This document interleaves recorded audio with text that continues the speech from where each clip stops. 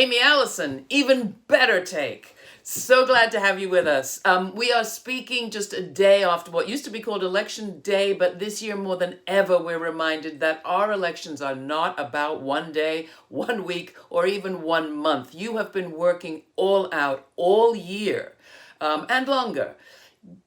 While we sit here in this first day after November 3rd, what is top of your mind in terms of the standout moments or accomplishments of your election season? Well, first of all, day after election, we have a path to victory. And that victory, as we said a year ago, leads right through women of color electorate in key swing states. And as the votes are tallied, it is true that women of color who are in these states, one of four voters, most likely Democrats, are the reliable and powerhouse core, and our high turnout, really phenomenal early vote turnout laid the foundation. Some 4 million women of color voted over the numbers in 2016, and then high vote turnout on those days delivered states like Arizona.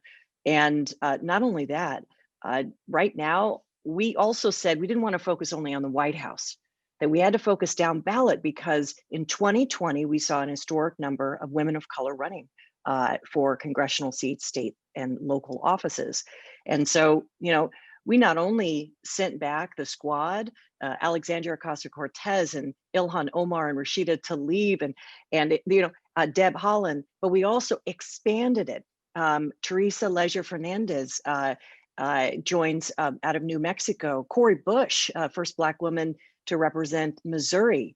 Black Lives Matter activist was elected, and so we strengthened women of color's progressive voice for justice this year. So that's just a tremendous move forward for all of us. On the other hand, speaking as a white woman, I have to also lift up the shocking consistency of the white women's vote, at least as far as I'm seeing it now. Still 55% of white women voting for Donald Trump. What are we doing wrong? I'm not shocked by it. I mean, part of the reason I started She the People was there was a lack of understanding or acknowledgement the hold that white supremacy has over the voting patterns of white women. And white women are consistent. They're consistently voting Republican and consistently voting based on race over gender in the polling places. It's time for us to stop being shocked and to start instead building a multiracial coalition that includes racial justice-minded white women, but is led by Black and brown women. The Democratic Party had to have a talk with itself, and we saw Kamala Harris on the ticket was a complete game changer because she did what we needed to do, which was to elevate enthusiasm and turnout. But what we're going to need is much deeper and long-lasting coalitions that acknowledge that part of the reason that Trump was able to solidify his base, actually expand the support that he got from white women, is because he's using white supremacy as the glue, to attract them as his clarion call. And when we can have that kind of conversation honestly, we can start running campaigns, elections, candidates, and honestly issues that directly address racism. I think that's the way that we create a way in for white women who want to be part of a multiracial coalition. Speaking from the point of view of the media, I think it would also help if we in the media did away with the obfuscation behind language like suburban, housewife, soccer mom. Having sort of all those words stand in for white is something that we need to stop right here, right now. I would agree. There's a wonderful candidate, and unfortunately doesn't look like she will make it in the general, who ran for Congress out of the Dallas suburbs. Her name is Candice Valenzuela. She would have been the first Afro-Latina in Congress. And Candice said something that was really remarkable, which is that I'm a suburban mom. She had little kids. She's literally a soccer mom. by ignoring the fact that it's women of color live in suburbs, that's a reality of the country that we live in. Um, it's just veiled race talk. It gives an opening for a bad leader like Trump to use that by Mm. speaking in code, but it's pretty clear what he's saying around suburban. I'd also just expand that into other language. For example, still calling women of color minorities in these states where the battle for the White House really came down to, in Arizona and others, women of color the majority. So to say women with the understood differences in terms of how people show up in the ballot box, you know, does not help us to understand and actually have strategies to win. So hoping that we learn that lesson. Talk about that multiracial coalition building that you have been calling on the Democratic Party to engage in. How did we do? Where do you think we're at in the building of that coalition? Well, I always say, look, She the People is about something that's fundamental in the creation of a country, which is this representative democracy, that people have the power, and that we're building a multiracial democracy by showing how we can do it amongst women of color first and foremost as part of a broader coalition. That was the goal. Being a woman of color, I think you and I have spoken about this before. It's not a racial identity. It's an identity of political solidarity. And what we did is we expanded that. We expanded the capacity for us to use the language of solidarity. When I talk about the squad in Washington, how fundamental that their alliances and advocacy, everything from help for hurting families during COVID to ending racism and police violence against Black people to all kinds of issues, and they're united under a justice banner across race. That's a great model for the rest of us. And we see in 2020, we've actually expanded that model and brought more and more people into that. So we have to continue to build. I mean, just as you mentioned, Trump has solidified his support amongst his largely white voting base, his voting bloc. And we must solidify our support with multiracial justice minded leaders. And the way that we do that and we continue to build on that is to literally call in and elevate those who have that language, who have the relationships to strengthen us going forward. Because we're not done. I mean, the fact of the matter is that the battle for the White House, we have to look at the fact that we have confronted voter suppression.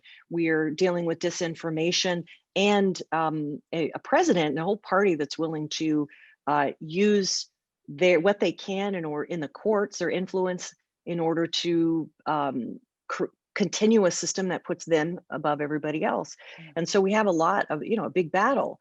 But if we can figure out first and foremost to talk about what we do believe in, that I think is the step that we go from here. He's using the language of fraud to contest the results of this election. We saw it on election night, and it won't be the last time that we see it. It isn't the first time we've seen that language either. And it calls to mind the very early appearance of Donald Trump in our election system, as he was essentially calling the citizenship of Barack Obama a fraud. It's talk about that use of the word fraud in the context of this sort of white supremacy that we're living in. To me, it begins to feel as if they think anything other than the sort of white patriarchy is in itself fraudulent. Yes. In other words, like the whole concept of equality is fraudulent. The concept of democracy is fraudulent. I mean, we could say without hesitation, we're a pro-democracy. I stand for loving our neighbor, which is what I learned in church. I stand for justice for people, to create a country where people belong. But those are fundamental tenets that underlie my political work. It's bigger than a party. But if you say fraud and you are the one who casts dispersions and doubts not only on the whole system, which is based in these values, but individuals, human beings. And I would say for Trump, it's a lot of times a Black woman who gets the worst focus and attacks on this. That, to try to dehumanize and delegitimize those who would fight for the things that America purported to be. I mean, our goal here is to make the American democracy live up to its highest ideals. And Trump really represents an evil force in this country who is going to do everything they can to stop that from happening. And in fact, really digging into a minority rule system as the white population becomes a smaller and smaller percentage of the overall population. So it comes right back down to white supremacy and to race, and that him using that word fraud is a way for him to continue to try to validate his maleness and his whiteness and the system that has hurt so many of us along the way. The good news is, we can talk about how terrible it is, but the good news is that for the women I work with and for millions of historically high voting levels, that the last 4 years has activated so many of us, and it's validated something that I knew from when I first started this effort, which is that there's something about particularly Black and brown women that has made us impervious to these messages. We suffer from the system. We know that we suffer, but we also don't go for the okey doke. And that gives us a unique qualifying power in this moment to be able to push back and to be able to be a moral example for others. I gotta ask you what you think that is, presuming it's not DNA. um, I learned a lesson from the fantastic organizers in Arizona. People are like, how did Arizona flip? Did people change their mind? No. Arizona is a place, particularly in Maricopa County, but the whole state was run by Republicans with a white supremacist agenda. And being anti-immigrant, being the subject of dehumanization in the school system and all those places, it made this group of organizers both prepared, ready, creative, and they had a path to being able to bring more people in. It took more than 10 years of dedicated work year round, registering people, gathering people, and saying that we can do it. And so I look at the women of color, a lot of Latinas in a place like Maricopa County, who have demonstrated that if we come together and we work slow and steady, that we can overcome, we can diffuse white supremacy, we can overcome. And I think that the kind of courage, tenacity, and focus, true expert organizing that we've seen in places like Arizona, are evidence that that being the subject of attacks, being in a really brutal system that tries to kill us or to make us, to sideline us or to silence us, cannot. That it makes us strong, and I think that's where I come from a long tradition of Black women organizers or Latina or Asian American organizers. That's where I think the greatest hope in this moment is. I'm also struck in Arizona and across the country too, the Native American organizers and the women who, like you, learn from previous generations, learn from preceding centuries of work and experience, and draw some strength from a slightly different sense of time, I think, than many of us have, certainly in the kind of consumerist, capitalist, we want it now or tomorrow culture that we live in. That's going to be particularly important right now, that we expand our notion of time and our practice of patience. But we are going to see some change, and I'm assuming that we will not see an election campaign again with two 70-year-old white men competing. I hope that will change. Do you expect to see change in our civil rights movements? I do. I mean, I just, when you were talking about Indigenous leaders, and I just want to call attention to a phenomenal leader who won on Election Day, Gabriella Casares Kelly. She is Pima County's new recorder. Now, this is a fairly young woman. She was an organizer on the reservations, and she wanted to expand voting access for her tribe. And the existing recorder had an open position, refused to fill it, and refused to do what it would take. So she took matters in her own hand. It was less about, a different conception of time in her case, as more like the urgency of having her tribe and folks in Pima County have their rights, the rights to vote and be heard. And so she challenged and won.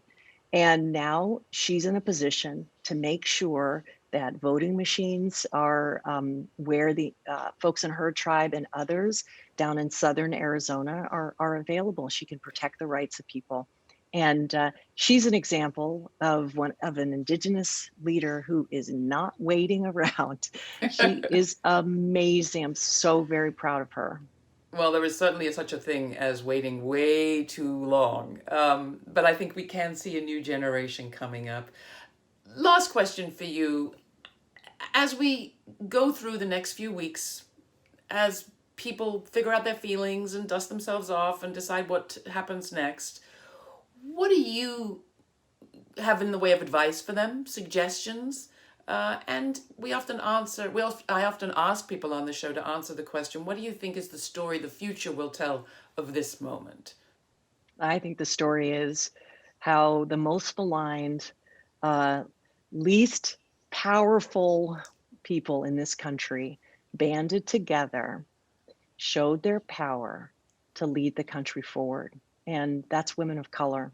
And we are visible and um, uh, showing the rest of the country what's possible. And we're at an inflection point. I think history will show that Trump offered one way, which was the way back, the way down, um, you know, uh, totalitarian, white supremacist type country. And women of color are showing the way forward. And it's multiracial.